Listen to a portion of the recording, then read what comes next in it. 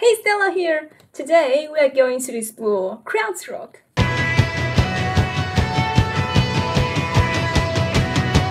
Krautrock is a broad genre of experimental rock that developed in West Germany in the late 1960s and early 1970s, among artists who blended psychedelia, avant-garde, electronic music, and other eclectic sources. Krautrock bands could be widely different from each other. They can range from this and to this. But overall, they do share something in common.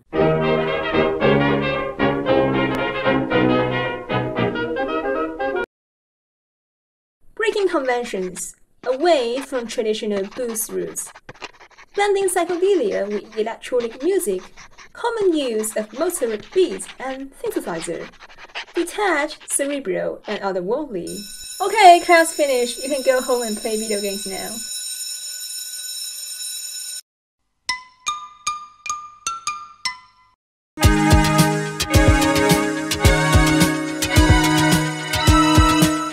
Krautrock was closely connected to the West Germany student movement in 1968. 1968 was not only a turbulent year in Germany, but also in many parts of the world. Prague Spring, the assassination of Martin Luther King, Chicago riots, the Vietnam War and anti-war movements, and May 68. The West Germany student movement shares a similarity with other counterculture movements, such as anti-authority, anti-war, anti-consumer culture, the embracing of communal lifestyle, and the flirtation with communism. Emerging from the shadow of the previous Nazi regime, and also from American culture influences as a result of the Marshall Plan, West Germany in the 60s was more restrained than exciting. The typical pop music was Schlager.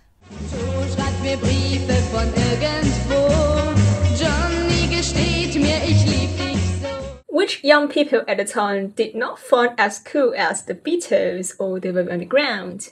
Therefore, as the first generation after World War II, the German youth wanted to find their own voice, something different from the typical Anglo-American rock music. We were a lot of times on the streets instead of studying. As young people, we were not very proud to be German. We were all tired of listening to bad German music and imitation of American music. Something had to happen. This is the contest between Amon Düül II, Can, Kraftwerk, Faust, Neu, and Kluster.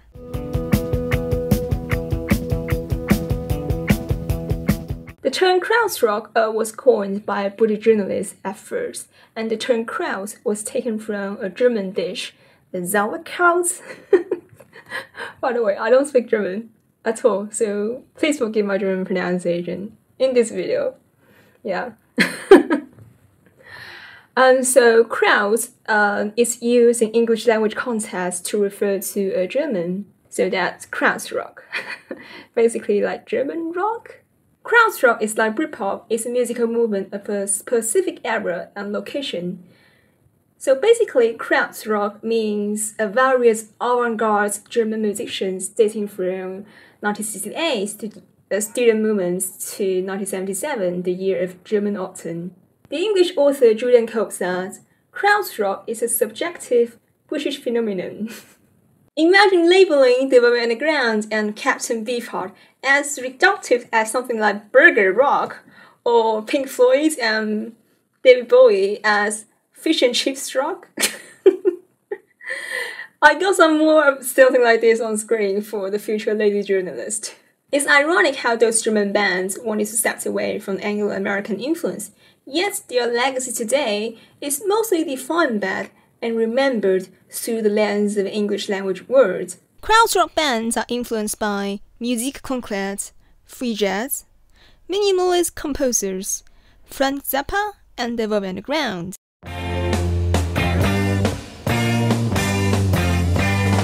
Born out of the radical art commune Amon Düül in Munich, the psychedelic progressive rock band Amon Düül II released their debut album, Fella's Day, in 1969. The 20-minute long self-titled track, Fella's Day. By the way, Fella's Day means God's penis in Latin. The song features haphazard psychedelic riff, abstract percussion, and an overall loose drumming feel.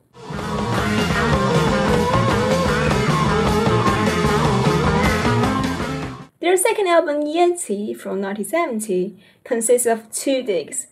The songs of the first disc are constructed, and the songs of the second disc are improvisational. More than psychedelic jamming, Amon Düül II also played with world music elements such as Indian raga and traditional European folk.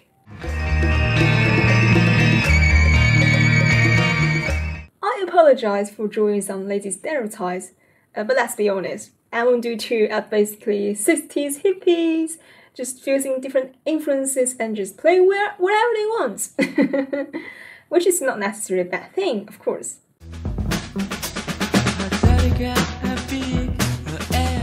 Formed in 1968 in Cologne, Can, short for Communism, Anarchism, Nihilism, are among the most iconic krautrock bands. 2 members of Can were students of the avant-garde composer Karl-Heinz Stockhausen.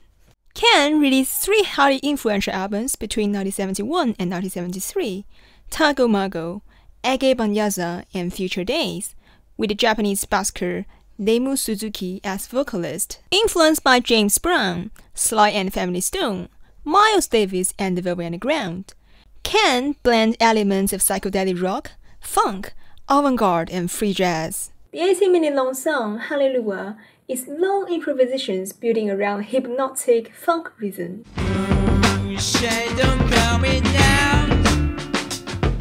A lot of Can's music was free improvisation and then edited for the studio albums. We had to make sure there was a continuity of the groove. It could change, but it had to make sense as a groove. It couldn't speed up for no reasons, for instance. Maybe, perhaps, you need a can of vitamin C. You need a can of vitamin C. Can has influenced numerous artists such as David Bowie, Talking Heads, Joy Division, The Fall, Sonic Youth, Pavement, and many others. Can also has a lasting impact in the development of post-punk, post-rock, trip-hop. If you would like to listen to the playlist of this video, you can check out my Patreon page, where music playlists of all my videos are available. Link in description.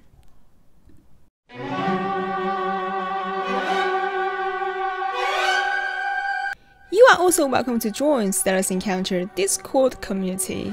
Link in description.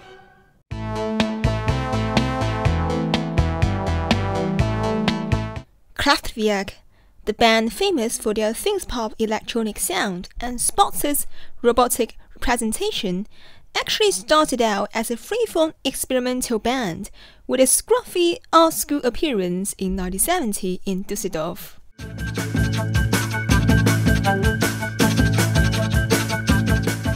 I must admit that before preparing this video, I had never really carefully listened to Kraftwerk. I guess because I'm overall more of a rock band person than an electronic person, and much to my own surprise, I have been really enjoying them. Especially the song Autobahn, the song that brought Kraftwerk initial success in 1974.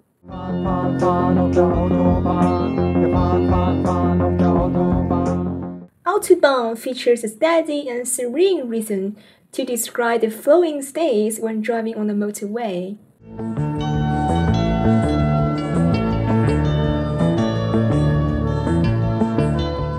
If Route 66 is a symbolic road in American pop culture, then Autobahn might be the equivalent road of German pop culture, maybe as the road of their own cultural identity. And I find it funny how Kraftwerk deliberately play with the stereotypes of Germans and Germany in their music and image. As such, Kraftwerk also play the stereotypical dry German sense of humor.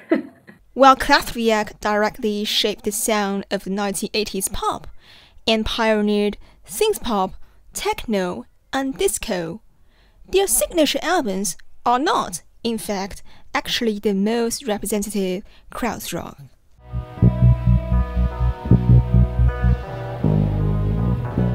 In 1971, the record label Polydor were looking for the next The Beatles in Germany, and somehow believed that the hippie experimental band Faust were the right candidate.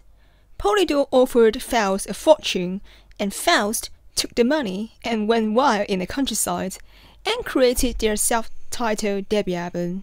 I'm traveling through town, waiting to drop in on this handsome.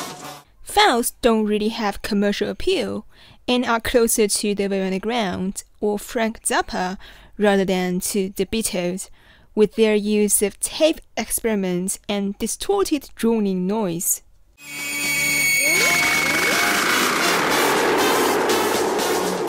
In 1973, Faust released the album Faust 4, starting with a sarcastic song titled Krautrock, a song that might be an early precursor of shoegaze.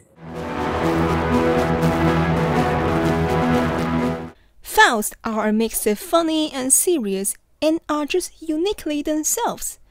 They have influenced post-punk, industrial, and noise rock. Faust are one of my favorite krautrock bands.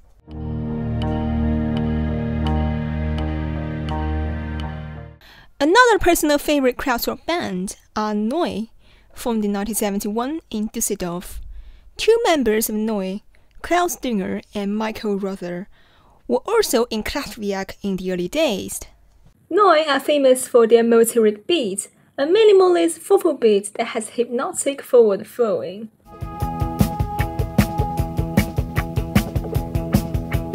Michael Rother of Neu says the repetitive rhythms were partially influenced by his childhood year in Pakistan, where the music there has an endless string of rhythms that flows like a river and enters a trance-like state. In 1975, Neu released the album Neu 75. Side 1 is more Michael Rother's ambient productions, and Side 2 is Klaus Dinger's motoric beat-driven songs.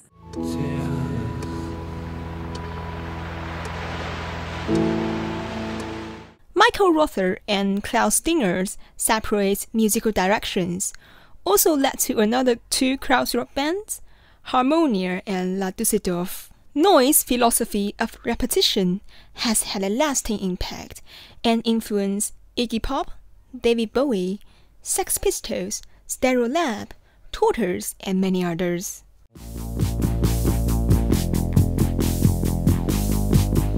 With their origin in the West Berlin music venue, Zodiak, Free Art Lab, Kluster are an ambient electronic group and part of the Kosmische music scene.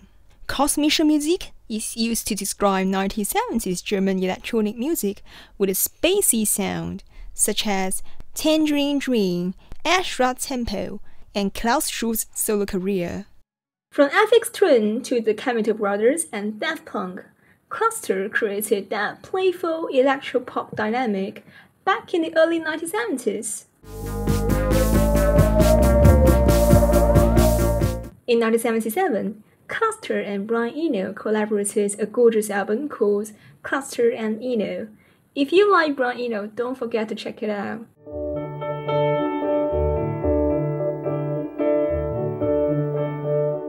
Kluster have been and still are widely influential in ambient and electronic music.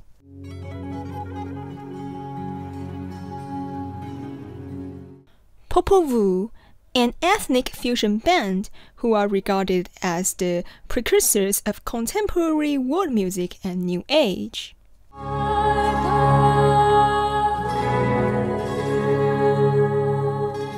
By the way, Popol also made soundtracks for the German film director Werner Herzog.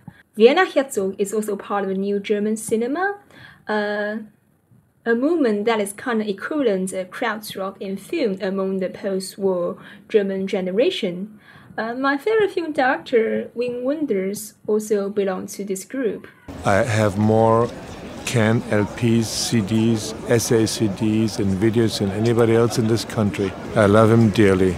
The other krautrock bands are Whole Caravan, Agitation Free, Amon Düül I, Guru, the Cosmic Jokers.